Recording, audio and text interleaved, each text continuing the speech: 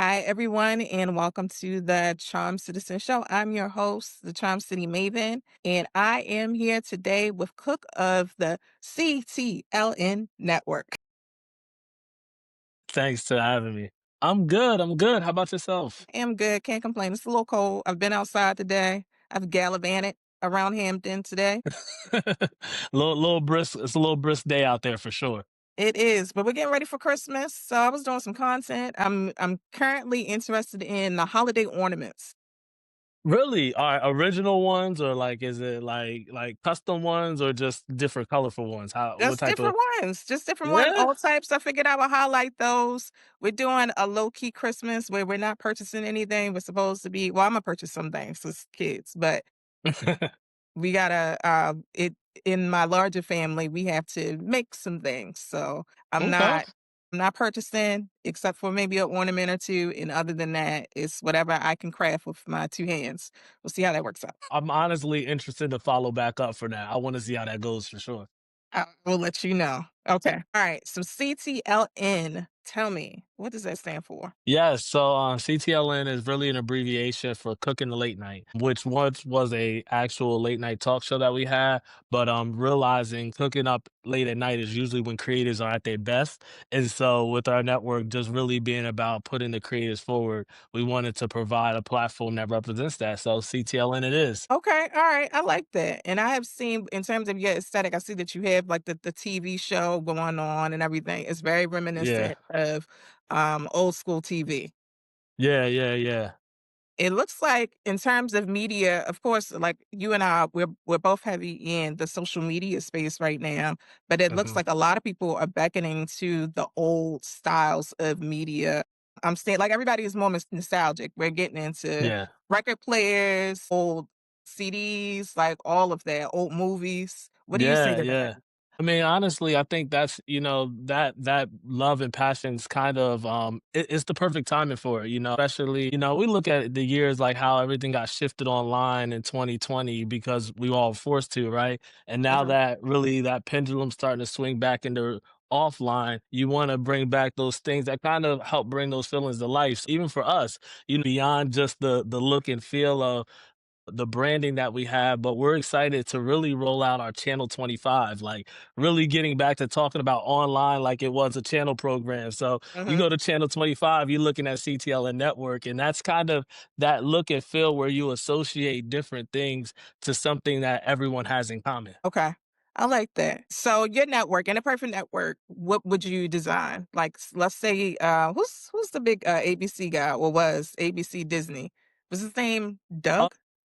I Bob definitely felt yeah, yeah, yeah, Bob, Bob Bob, Iger. yep, yep, yep. Man, honestly, in a perfect world, I think that we're already starting to craft it where we're using these new avenues of creativity and entertainment form, Mhm. because I look at sports is really a model that I build off of a lot with the network and our team uses a lot, where you see like, okay, it's the entertainment, it's the levels, it's the tiers of it that allow people to say, hey, you know what? I want my kid to be an athlete. I want my kid to grow in this. And, there's training and all those sorts of things. So when I look at the entertainment side of creativity, you look at a concert, like, you look at a Beyonce show and from how top down, from Mhm. the director, the production, the run of show, how those things kind of come together.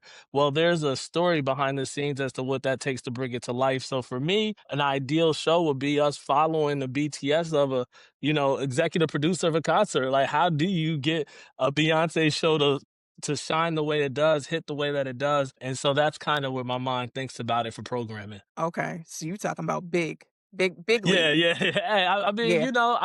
I say, and that's like the depths of my heart, like what we're striving towards. But one thing that I'm excited to encourage with this weekend's event coming up is starting where you are with the digital series and shows. So we have even on our platform, we look at social media as the largest distribution platform for actual programming. So we have shows like Starting Five where like a DJ will say they're starting five DJs or a photographer will give you their starting five photographers. Now you're like, oh, okay, there's a resource, there's a bank of this. And then even shows like collaboration over competition, where we talk about like teamwork and how you can elevate with one another. for me, it's creating those programming. Yes, there's a big production down the line, but on a day to day, I just want to show people that there's an opportunity in these fields. Okay. So break this down and let's pull the lens back just a little bit. I want to one start with how did you begin as a creative? I started out as a hip hop artist. I Okay. really I enjoy rapping. That kind of was my earlier introduction into creativity when I was younger. However, being as a creative or artist back in that time, I say back in that time, dang, I feel old.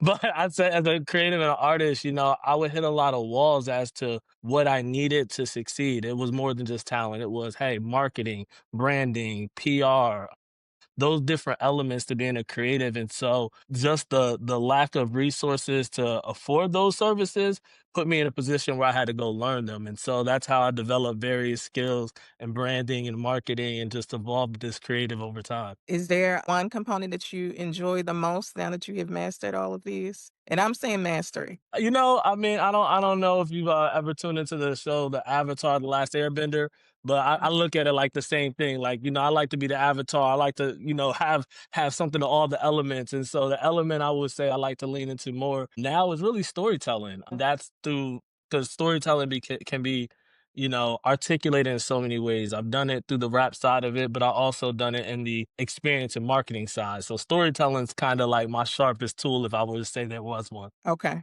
All right. No, I like that. I think storytelling for me, I would consider myself a storyteller, but I am choosing to tell the story through the experiences, through my Mm, experiences in Baltimore. So Baltimore, as we know, it gets a bad rap. And yeah. I have tried my best to showcase Baltimore in a different lens. You don't get to see specifically, you don't get to see very many Black women just enjoying the city, and that's the That's fair. story that I really tried to tell, like, Yeah. actually in a majority Black city, you should probably highlight some of the women who live here, and we don't always have to be the mayor first or, Yeah, yeah. Nah, city council first. honestly, and that's like where one of my personal passions. A friend of mine said this years ago as she was talking about something she was building in Atlanta. And I mean, she is honestly just said, like, spaces that are built for Black women in consideration of Black women are spaces that are inclusive of everyone because Black women always look out for everyone. And so just Mhm. from that POV, like, yeah, if you're talking about the city, this is how the city experience impacts me. And I love that you're a storyteller because I think it's one of our more powerful tools as a culture that we need to take advantage of, whether we see it in, again, whether it's biopics or whether it's actual content. Like, our stories are important and that we get them out. So I love what you're doing in that space too. Thank you, thank you. I'm trying. I've had to learn many of things on my own in order to get it together as well. The plight of a creative, right? It's like you got to figure it out to find your way. Yes, yes. That has been what I've been doing. Okay. So let's talk about this event now. Yeah. It's coming up very soon. Saturday. Whoo, we here. We are at the end of it. I'm so excited about this event. I've been thinking about it in various ways. So, for those who may not be aware, the Creative Co-op is the event that we're hosting in Baltimore, Maryland, this Saturday, December 13th at 4 MLK, right off of Martin Luther King Boulevard. One of the more, oh, I know I cut out for a second. Sorry. But I would say this is probably one of the more fulfilling, just activation or experiences that my team and I have been able to collectively put together. I look at this like the all-star break for us creatives, right? It's the end of the year. We get a chance to reset, but also to refill our cups in spaces. And when I think of creatives, it's usually four buckets. There's artists, strategists, visionaries, and go-getters. And so we're getting all those in the same room so we can reconnect, recharge, and then coming off of the holiday break, your Rolodex is a little bit stronger, your energy's a little bit more up. And so to have this type of break, to recognize these types of creatives and host them in a space, I'm just grateful to be a part of it. So it's really cool. And I don't know, we can get into the details. I got some more. I don't know if you want Yeah, I got mean, time. hey, give me the details. So because now we're talking about it from the event curator perspective. Yeah, I've posted events, I've curated events. I know what type of pressure that is yeah. from, finding a spot to, adding additional details. So yeah, I would like for you to tell me like how are you feeling going into such a big thing. And 4 MLK is no like that's you it's not no small space. Yeah, exactly. One, I mean, it's one that I when they showed me this when I first seen the space, it's like, why is this space not as active as much as it is? And it's like it's Mhm. new, it's fresh. So Yes.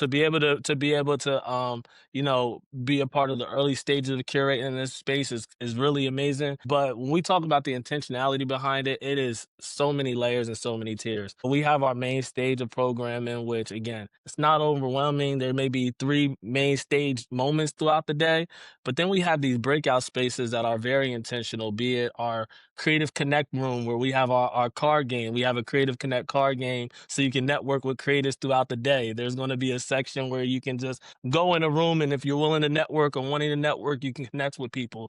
And then we have our wellness reset room, and that's for I think about the introverts that, you know, forge their way into the event. That's a Mhm. space that's kind of curtained off, low lights, a little bit more of a reset so that if you are overstimulated, you can step away real quick but not be disconnected from community. And I feel that that's something that's really important as someone who's been attending conferences from BYOB to CultureCon since 2020. I've always gone in these spaces and just kind of paid attention to the guest experience. And that's really what Mhm. this is built off of through the lens of a guest experience. We have a podcast petting zoo, which I'm I'm excited excited about. for. Yeah, yeah. Chuck Levins is a great organization. Love what Adam and them are doing over there at Chuck Levins. But they're going to be bringing out the microphones, the gear, the different things. So if you are trying to find your voice or just get the gear to set up and build like what you're doing here and Mhm. beyond, like there's so many spaces for that. And we even have a booklet for how to run these plays by yourself. If you want to start a podcast, we got the steps, we got the gear, we got the platforms. These are just tangible things that we want people to experience. And all of this is free because I believe, especially for us creators of color, we're already at such a disadvantage that these resources I feel are more important for us to just have access to just know where to start. And from there, Mhm. we can be the creators who we're born to be. Yeah, thank you for all of that, and thank you for it being free and finding that unfortunately, Baltimore is one of those places where you have to build it first, and then Yeah. the people with the money will certainly they'll come eventually, but it's like, you got to show, improve, and show, improve. Yeah, yeah. Yeah, and that's our like literally the theme of this actual season of our execution is proof of execution. Like Okay. literally showing like, hey, this is what it is when we put it all together, when we lean on community, when we build with community. As the tagline was building collaboration in the community. We're so grateful for the team that we built that we want to make sure there's space for others to build teams themselves because you don't get too far by yourself. So if you are establishing yourself as a creative, we have the programming early in the day for that, and then it kind of, I would say, matures and expands throughout the day to get you to that expert level. So if you're there all day, you're going from start to scaling. And if Yeah, you pop in halfway through the day, it's like, okay, cool. I've already I have some things established. I can come a little bit later, but still get value because again, this is something that's meant to meet people where they are, not go over their heads. yeah. Well, give us a nugget. So if you were just starting, what would be your first step? Who would are you reaching out to a specific person? Are you gaining a certain skill? I think for me it starts with how do I want to use my voice and where do I want to use it at, right? And I Mhm. say that in the sense of like, you know, even if like if I'm doing another digital show or series I want to start out, I want to say, hey, what area do I want to speak to? So for me, like I love songwriters if I were to just randomly say something. So it's like, okay, how many, you know, maybe I could start by breaking down lyrics of songs. Okay, well, let me set up a phone camera. Hey, did y'all see this lyric? Y'all might have missed this bar that was said in the Mhm. song, right? And adding those little elements and then getting that kind of consistency to establish it by myself so that when I start to add on teams and pieces around it, people can kind of fill in lanes that actually make sense for them. Yeah, So it's really, I would say, start with your passion, you know, something that you're passionate about, speak to that, lean on that because that expertise and your voice in that is always going to be unique if you're showing up as yourself. That's what I would say is a place to start. Now, whether that's on a podcast side and it's just, hey, audio conversation, maybe me and my homeboy, like we always go back and forth. Let's sit down and talk like once a week. You know, the biggest thing is consistency. So if you find a way to set up a schedule for yourself, you like, hey, you know what? I'm not gonna burn myself out. I could do 2 episodes of this for an hour, that gives me 2 weeks of content, you know? So I'll find a way to batch the content and run it like that. That's my exact current play I'm doing. I'm recording 2 podcasts a week right now. Exactly, I mean, Putting it again, up on YouTube. it's not about burnout, it's about just maintaining what your consistency looks like and what it feels like. It's the same thing like going to the gym, you know, you do whatever reps that you have and then, okay, that's my benchmark for consistency. Now, can I add reps to it or do I just need to stay here and keep going? And most times staying there, keep going still produces results. Yeah. What about when you do experience the burnout, when you feel like you've been climbing with almost no result, financially with no financial result? Man, yeah, we're now getting close to the home of what it took to build this by itself, right? Because you Mhm. know, I mean, for and just to kind of, I guess, do like the Netflix catch up on what was missed on last season of what we've been building. You know, we started, we had the podcast. We've done like this year, we've done 3 in-person live podcast events, and Mhm. then we've also done again our other mini series and shows. So burnout is very close to where we are because it's, you know, building this under the idea of gotta see it through. However, I will say that I'm blessed enough that just through my own spiritual practice and balances that I make space regardless to just disconnect and get away. You know, I recognize what my Sabbath is in terms of don't work, don't overdo it because you can't, there's nothing more that you're going to get out of that extra day than you could if you just reset and recharge and have more energy to jump into the next week. So I create that boundary because I feel it's important anytime you're doing something to have boundaries in the rest of your life. Yeah. Do you know the signs of burnout, what that looks like? Well, you say you're nearing For it, me, yes. yeah, no, I will say it's definitely that fatigue of um and I will say there's 2 sides of it because there's burnout, but then there's just exhaustion that you push through that's kind of like, endurance, right? So Mhm. how do you separate building endurance between burnout? And for me, that looks like, you know, burnout is understanding like, not this is impacting like my mental, my actual my physical being. Like I'm to the point where I can't function in that sense of day to day my own joy and purpose, you know, versus exhaustion where it's just like, all right, you know what? I have this coming up, but it's I'm internally laughing because like as someone who's been a habitual procrastinator, it's like Mhm. how do you, you know, gauge such things? But I think that it's really knowing that there's a difference in how you execute or what you need to execute, where it's like the finish line is right there. Can I keep going? Yes. Am I going to take away or hurt myself in the process? That's when it's a non-negotiable for that me and my sense. So my piece is really the measurement of it.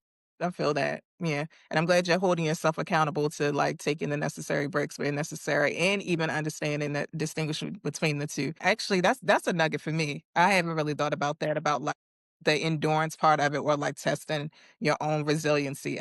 I have experienced burnout recently. Not fun. Yeah. How do you, now let me ask, like, how did you navigate getting back to yourself from it? I resorted to, play. Like, Yeah. yeah, I like it sometimes 'cause a lot of times for me, I either want to consistently go, consistently plan. I'm always outside. I'm always in an event. Then I still have my home life where I always have to be present for. And then in between time, if I'm not actually executing on the business, I'm learning more about business as much as I can. Like YouTube University has been my friend. However, Right, right. I've That learned and everything. ChatGPT, little 1-2 Yes. combo. That right, that but what I have learned is that sometimes you just can't go anymore, like, your brain is just not going to have it. Yeah, So, have learned to, 1, make peace with it and give myself some grace to recognize that I yeah, am a human, and then the next thing is honestly enjoy smaller indulgences and exist in play mode. So, if it yeah, is, like, doodling or, like yeah, doodling, coloring, watching a show that yeah, isn't anything related to anything at all. Like, this is yeah. when I might turn on, like, I actually don't like this person, but let's just say a Drewski show. Nothing Yeah, that or like a Pop the Balloon, like yeah, yeah, things that don't have anything to do with anything. And just to like give my mind like a moment of like a respite into like the pause. And in the summertime, it was really just enjoying the sun. I miss the Right. sun. Man, honestly, that's one of those battles being in the Northeast is our winners be winners. But there's a few things in that you were speaking to that also just jogged my mind on, how I feel navigating through. One, grace is probably one of the best tools to have in your back pocket, and that's not only grace for yourself, but grace for others in the process, as we never know what anyone's going through. But in addition to that, I would also say that there's you talk about hobbies, right? Like getting an actual things of interest, things you enjoy doing. When you asked earlier about how do you know when you're close to burnout, it's when what you're working on feels more of an identity to you than it is an actual opportunity for you. Mm, And that's when you can feel like, "Oh, you know what? Like, hey, this is like my whole world. You know what? I need to disconnect from this. Let me go watch a show. Let me go binge watch a show." I ain't gonna lie. I recently was just watching Bridgerton show, just got put onto that. Great show. Great great. times, Yeah. right? First season. Yes. Has nothing to do with anything else going on in my world other than entertainment. And then while I'm there, I get sparks and ideas that refuel what I'm supposed to be working on. Like, oh, okay, Yeah. that's it. Like you gotta step away from the work to actually move the work forward sometimes. Yeah. You talked about sports before, and I'll just say, so I'm not a sports person like at all. Like I know everybody is going down to see the Mellow exhibit at the Enoch Pratt Yeah, yeah, Library. yeah. And I'm Yeah, the like, House of well, Mellow. I don't even do sports. I'm gonna get down there eventually. And even today, I had on a Ravens hat, and I'm like, oh, I'm such a phony Ravens fan. Cause I Hey, at least you put the yeah. hat on. At least you put the hat on after they lost, though. That's respectable. Yeah, You I know, did. I did. that seems loyal Okay, all right. Well, I'm Baltimore till I die, so I still got to root for the home teams. for sure. But this year I have learned. Well, I am actively learning how to play golf. So, like, my friend bought me a driver and like another putt thing. I don't know. Like we go and we just like hit the ball. And even that I have no idea what I'm doing, but it's like I'm activating like a new muscle in my brain. Yeah, And it's just like those little pockets of moments. It's like, you know what? There is more to life than just the grind. 100%. So also, let me ask you this: have you going to play the actual round on a course? We have not yet. Okay, Not so on a next real year. course, no. So that's a next year thing. Don't worry, or when you get some sunlight because it's Mm, really too cold out for it now. But no, I love golf. Literally, this past summer, I played multiple times with my cousin, my brother, and a few friends. I mean, mhm, golf is just such a you want to talk about one of those things where you can just get away and disconnect. You outside, the weather's warm. You can have, some beverages, your vice of choice, whatever that look like. I'm not here to judge anyone in their mhm. space, but have whatever you need, and then just go out and enjoy an afternoon outside. Yo, golf is an amazing sport that I'm so sad that I didn't pick up sooner. Maybe it's a thing that we don't. I mean, well, there are other cultures that pick it up very early, but I think maybe is it a thing that we just got to be at that right age to pick it up? But you know what? And I'm so glad that you kind of even mentioned that one part of just the other cultures because again, talk about things always circling back. When I think about like even our space of resources and what it's doing, I wanna afford our community more resources to experiment with sooner than later. Mhm, Because the reality is golf is not an inexpensive sport. Just like I know hockey isn't an inexpensive sport, right? And oftentimes we're discouraged from trying these avenues and what that looks like because we don't necessarily get the access to what it takes to be a part of them. So by the time you find out that you're really interested in it, you might be behind the eight ball when it comes to actually participating. Now, granted, I'm not trying to grow pro in the sport. I'm honestly really even not trying to keep score. I just want to have a good time. yeah, So, that's not my battle. I picked it up right when and in the seasons that were decent. I could have got a couple more, summer runs out of some younger knees. Being over mhm, 30, things life changed a little bit. yeah, But beyond that, I think to that point, it's just the opportunity of exposure to things sooner that you can then decide, oh, what is really for me versus I just can't do that, you know? yeah, yeah. I'm trying to figure out what other hobbies I can also pick up to that point. Well, from the like, sports related. I even tried ping pong not too long ago. Okay, they got that. Pickleball, not too much on it. Right. Pickleball is a nice Oh little yeah, that's easier way becoming of tennis. popular. Yeah, yeah, yeah, yeah. But I mean, honestly, even for me, hobbies they range from golf. I like doing little Lego sets. Mhm. Those types of pieces, like just different things like that. Man, it's just find your fun, whatever that looks like. Right. If Yeah. you if you're not having Can I fun steal doing that? something, for sure, for sure, that's all yours. That's all All yours. right. You think I'm playing? I'm like literally like, fine, you're fine, because I can't forget that because that's exactly what I had been doing. But tell me, so you mentioned that you mentioned Culture Con, so I take it you went to Culture Con. I did. What was I have not been. Tell me about that experience, like that whole. What year did you go? I went so not this past year, but the year prior I went Mhm, in the Brooklyn space. And I mean, honestly, I had a good time, and the same thing that I say going into the Culture Con is the same thing I recommend for people in this weekend. It's, kind of you want to go in with who are you going to be in the space and what are you going to get out of it, because everything is going to be there for you.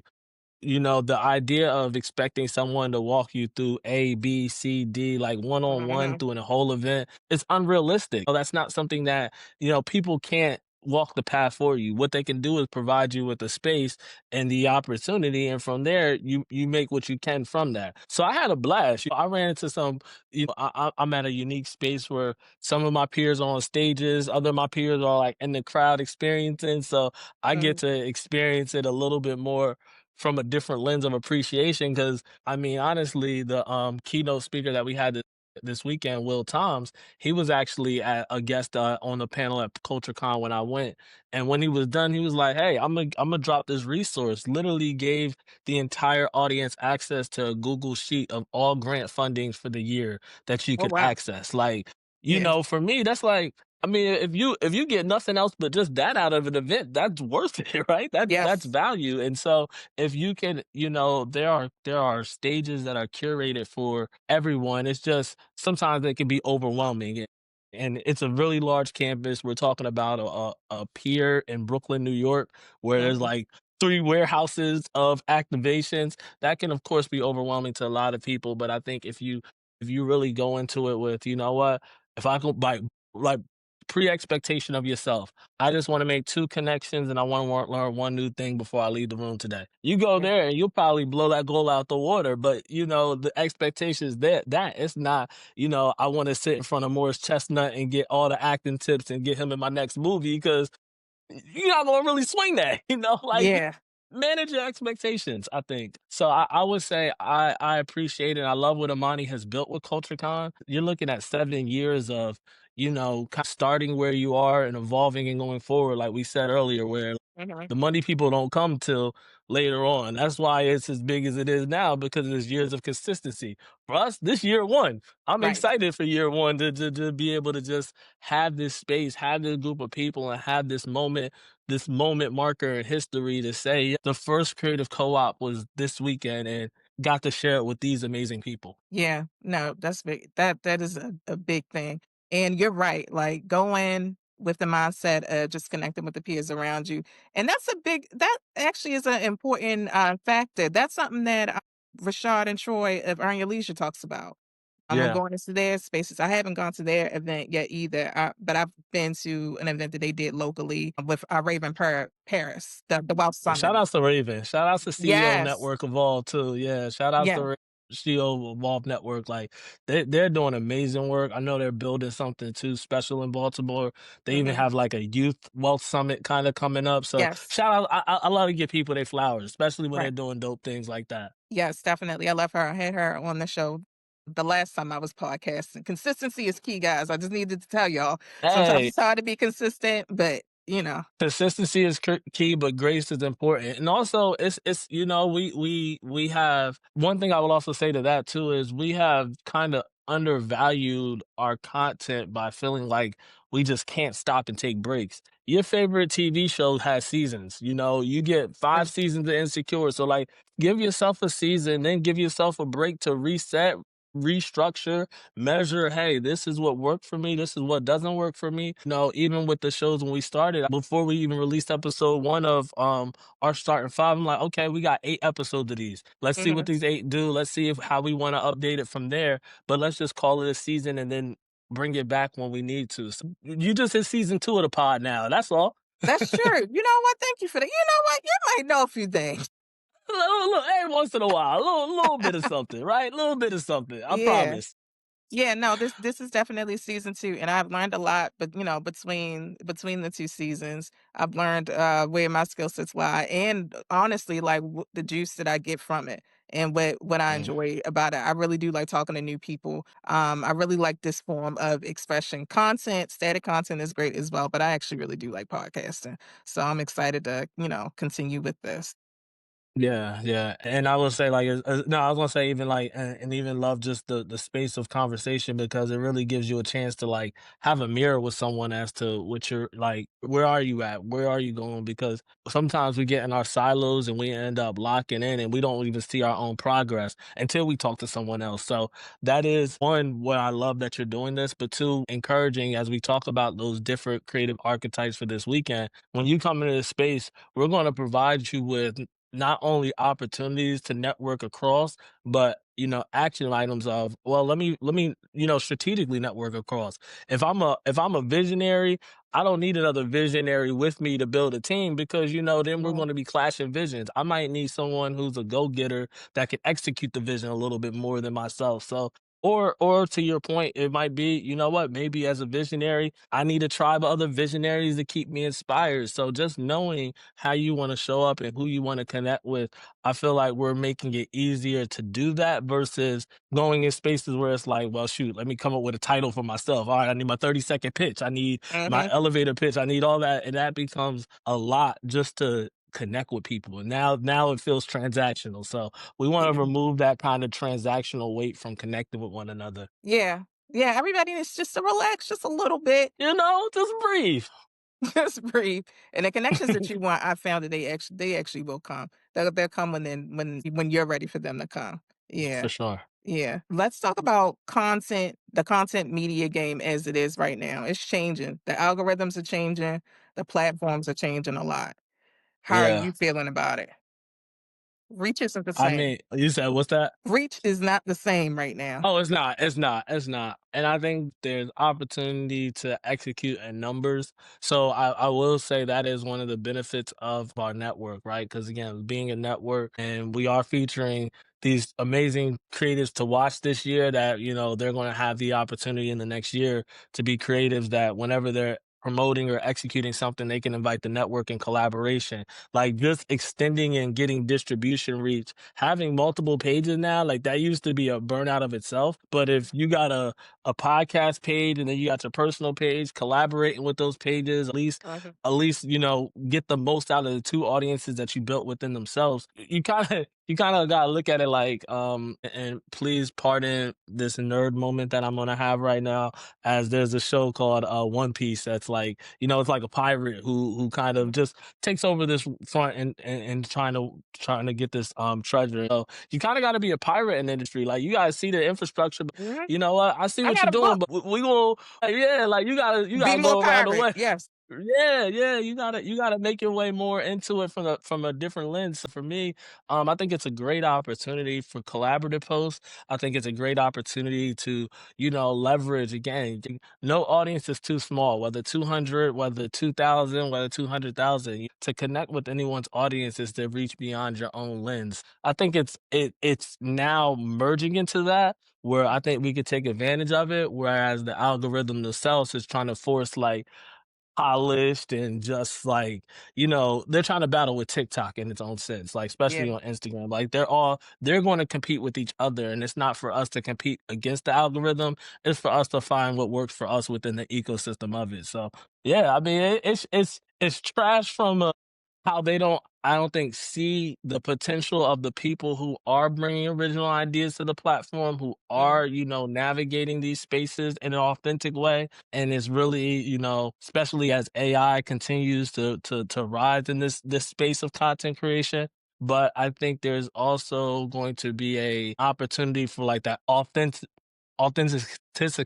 Dang, I'm terrible, right? Finding words, but just for that more authentic approach when it comes to what is the content that's being pushed out. And I think that there's a great opportunity for folks like us, like when we're doing mhm, stuff, like, hey, you know what? Got this going on. My platform, as long as it's an extension of what you believe in and you can verify it, share it, Like don't yeah, be afraid to share. If it feels like it aligns and that represents what you're representing and you can verify that, you know, extend what you can, of course. that's true. And don't be afraid to experiment. I'll say also. Right. The contents are changing, and sometimes it just might not hit in that moment. But maybe it's something else that you can do, a different way that you can spin it. It might actually work in your favor from an algorithm standpoint. But there I've Yeah. had more than a few pieces of content that I have found to fall flat, and I still love it. Yeah, Like, yeah, yeah, and honestly, it's also doubling down on what you want. Like sometimes it's Mhm. just the repetition of like because there's a couple shows. I know the guy Jordan who does like when he takes off his glasses and throws it, and it's Yeah. like it just that has become its own form of repetition. It's simple, single camera, iPhone shot, just same setting, same flow. Like build your show and train your audience. That's really what it really becomes down. Like, hey, Mhm. recognize like I got 200 people that follow me. Let me get all these 200 to know like this is my thing. So every time they see me is, hey, CTLN Network, channeling creativity, CTLN Network, channeling creativity.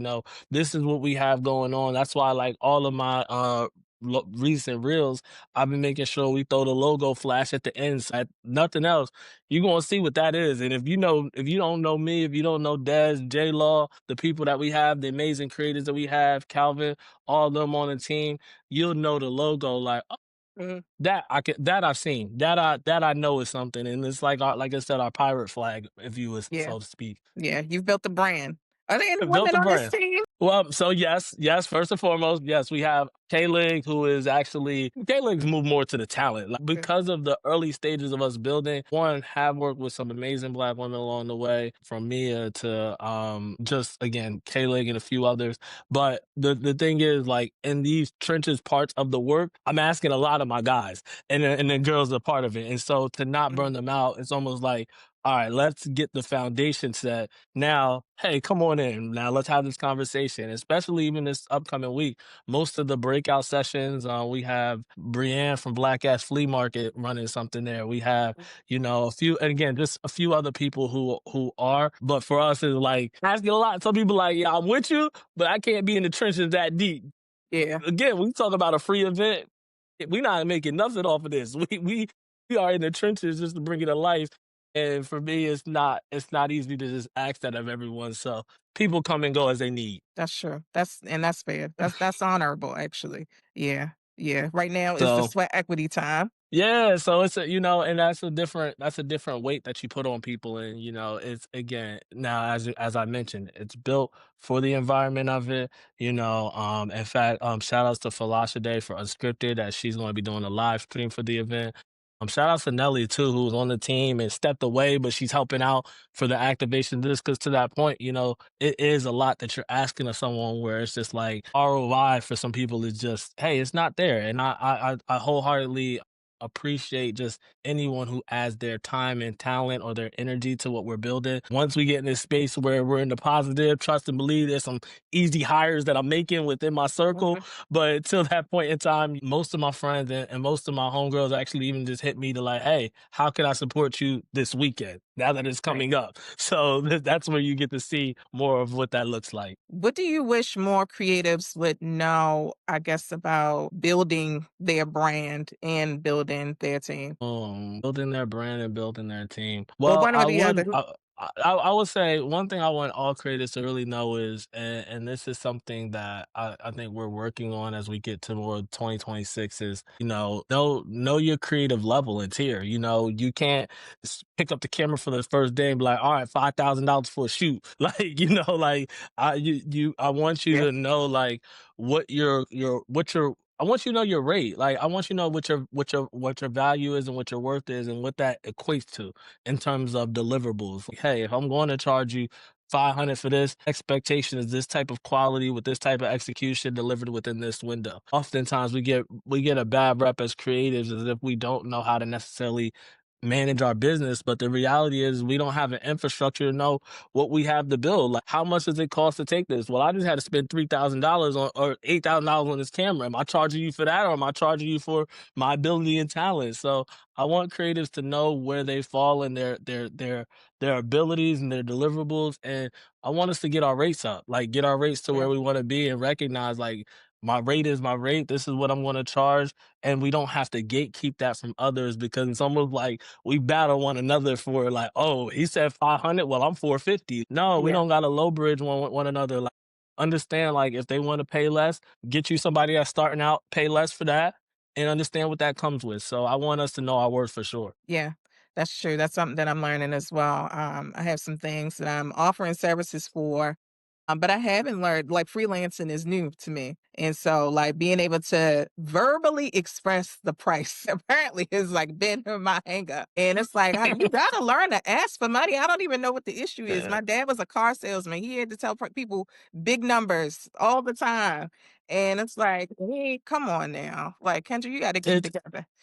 it's such a tough balance, and because, like, again, you don't know the cost versus the cost that it takes you versus Hmm. look, hey, maybe someone's like, I might only get one project a month and they're trying to get rent paid off of one contract when instead of, hey, maybe it's just, finding your rates, finding your buckets, finding your tiers, identifying what your services can look like, finding prices that match them, even if you just start out small or start out with deals. And don't be ashamed to say what your price is. And if it's someone, I'm learning this recently, shout out to my lady for even, helping me get right with recognizing this is like, you can set your rate.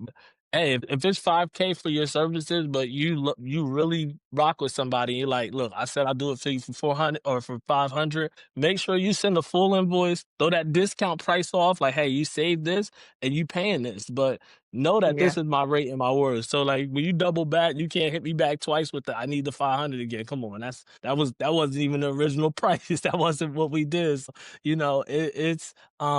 it's something that we literally will have as we're releasing our playbook in 2026. We're going to have a creative rate sheet where you can look at this is the level I feel that I'm at. This is how much I can charge per hour. This is how much I can charge per project. And if I were to be contracted on a team, this is how much that will look like annually. So for us, we're trying to create an infrastructure in a creative space that hasn't existed yet. Yeah. Yeah. No more. We don't need to be creatives, don't need to be poor. We Uh don't, we we don't, don't. we don't, and because they gonna use your look. If you a musician or artist, you don't need to be a starting artist because they gonna use your TikTok to run a reel up to make something Mhm. else happen. They gonna get their advertisements up. Like the biggest thing I learned coming out of a corporate job where content was important in that television space was realizing that the content is really owned by the creator that produce it. However, it's always sold and talked about from the people in suits who just manage it. And it's like, oh, that's where the bulk of the money is. So from again, let's take a different route. Let's go to the back door of the industry and run into what we can make happen. Yeah, you're absolutely right. Well, thank you so much, Cook, for coming on. I want you to give the details of the creative co-op one more time. Yes, yes. And Kendra, again, thank you again for your time, your energy, and just the connection. For those who are tuned in, please, please, please pull up this weekend, December 13th, for the Creative Co-op taking place at 4 MLK in Baltimore, Maryland. It's going down from 11 to 5 p.m. We got a resource fair. We got good people and all these things happening. So please make sure you're there and make sure you come ready to connect. So thank you again. All right, thank you so much, and I will see you on Saturday in real life. I'll see you in real life. Take care. All right, bye.